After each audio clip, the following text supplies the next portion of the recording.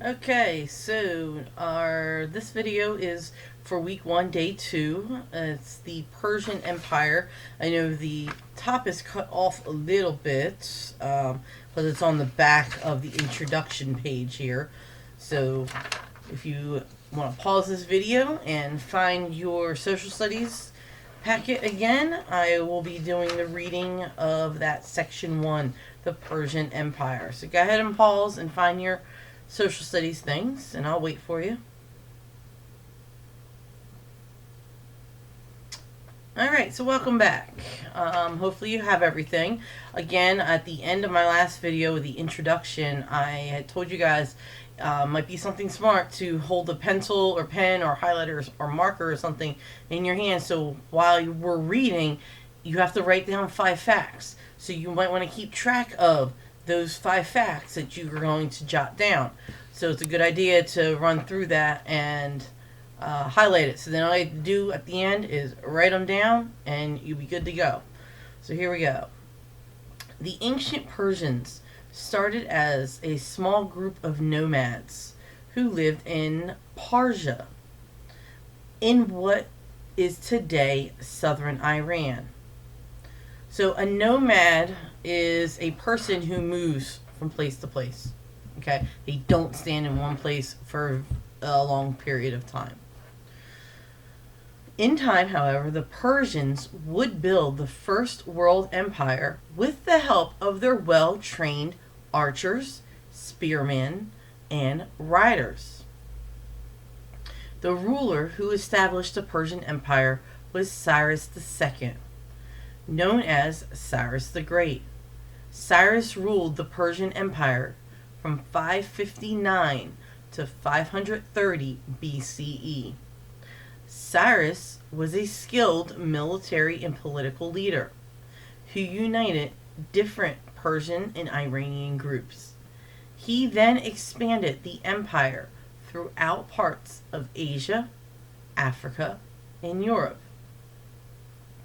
At its height, the Persian Empire extended from Egypt in North Africa east to the Indus River in present-day Pakistan. The empire was ruled by powerful kings who conquered Mesopotamia, Asia Minor, Egypt, and parts of India, Europe. Okay? On the next page, actually, I want to jump over here. The next page, there was a map. Okay? So that gives you an idea of I know it's not in color, but the darker gray on that map, okay, the darker gray area here on the map is the area that we were just talking about, that I just read about. So that's all the areas that they conquered, all that dark gray area. It's a lot of land that they conquered. Although these Persian rulers required people to pay tributes, also known as taxes. So when you say pay tribute, you're paying your taxes. They also efficiently built roads, canals, and irrigation systems in these conquered lands. The Persians built the largest empire at the time and created a model for ruling an empire, a model that both Greeks and Romans would later follow. At this point, this is huge in society because we're still talking about, BCE, the before time, before Christ time. All right, we're not talking about present day. So these were big advances, okay? The building of the roads, the canals, the irrigation system. That was huge. The Persians did that. But it was a model for later areas, later cultures to follow by, like the Greeks and the Romans, okay? And this really could not happen if they did not pay those tributes, those taxes. So a lot of people complain, well, why do we have to pay taxes nowadays? Okay? It's to help pay for certain things. The taxes is not just going to pay for, government salaries. A lot of people think that, okay? And I'm not saying a portion of it doesn't. Okay, I'm not turning this into politics at all. But certain monies from our taxes that we pay is allocated for different things. We have a school tax. So when they take out money from out of our paychecks for school taxes, it's helping those schools to run. Okay, to supply the supplies. Some of you with brothers and sisters, they might be home right now and they might have Chromebooks or laptops that the school sent them home with. It's because your parents' tax dollars have paid for those electronics to get into the schools, so now they can get them into the hands of the students. The Persian Empire and the kings who rule it were often tolerant to those living under its rule. Conquered lands were not forced to adopt Persian customs or religion. In fact, the Persian Empire often borrowed ideas and customs from the regions it ruled. So they borrowed ideas and customs, you know? You share ideas and customs. We do that all the time when we're having discussion in the classroom. However, despite the stability that the Persian Empire provided, some people wanted to be independent and choose to rebel. Okay? So some just didn't like that. They wanted to be independent, so they were rebelling. After Cyrus died in battle, his son, Cambyses II, became king and ruled the empire from 530 to 522 BCE. King Cambyses brought Egypt under Persian control. However, his later attempts to gain Ethiopia were unsuccessful. King Cambyses also faced conflict in Persia when a man claiming to be his brother gained control of several provinces.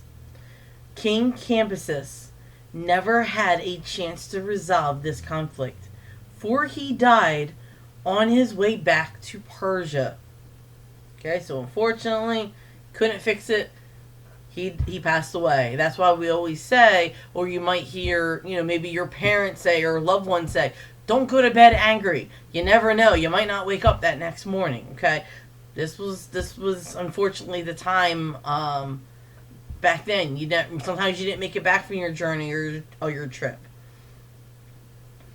Following the death of King Cambyses, a struggle for the Persian throne broke out.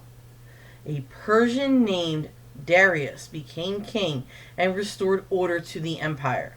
King Darius I was also known as Darius the Great, ruled Persia from 522 to 486 BCE. Considered one of the greatest of all Persian kings, Darius created a system to organize and rule the empire. He divided the empire into 20 provinces and appointed officials to rule local areas. In addition to allowing the provinces to continue practicing their own religions and customs, King Darius permitted conquered peoples to maintain their own legal traditions. So King Darius was, kind of thoughtful. People have their own traditions. He was fine with that. He also established a system of tax collection throughout the empire. Like the emperors before him, King Darius worked to expand the Persian Empire. He attacked the area to the east of the Caspian Sea and moved further into the Indus Valley. He also pushed the boundaries of the Persian Empire into Europe. The Persian army crossed the Hellespont, a narrow sea channel between Europe and Asia. However, the Persian Empire had little success in conquering Europe. So they tried to push those borders, okay? But they were not successful at it. King Darius died while plans were being made to invade Greece. After King Darius' death in 486 BCE, his son Xerxes became the king and ruled until 465 BCE. King Xerxes faced revolts in Egypt and Mesopotamia, but he successfully ended both rebellions. Like his father, King Xerxes wanted to expand the Persian Empire further into Europe, particularly Greece. However, he too failed to make many gains in Europe, while the military continued to fight in Greece. King Xerxes returned to Persia, where he was murdered.